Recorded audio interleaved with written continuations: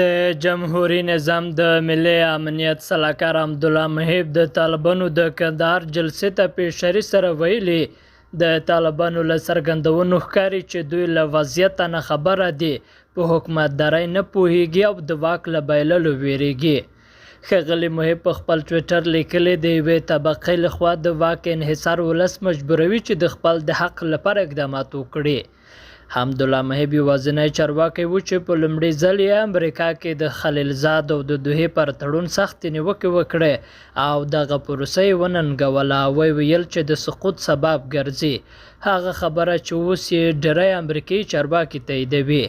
د نوموړي لخوا دغه څرګندونه داسې مال کیږي چې د افغانستان د ستراتیژیکو څېړنو پراختیایي مطالعاتو انسټیټیوټ لخوا د یوې سروې موندنې ښیي چې 92 سلنه افغانان د طالبانو له واکمنۍ ناراضه دي.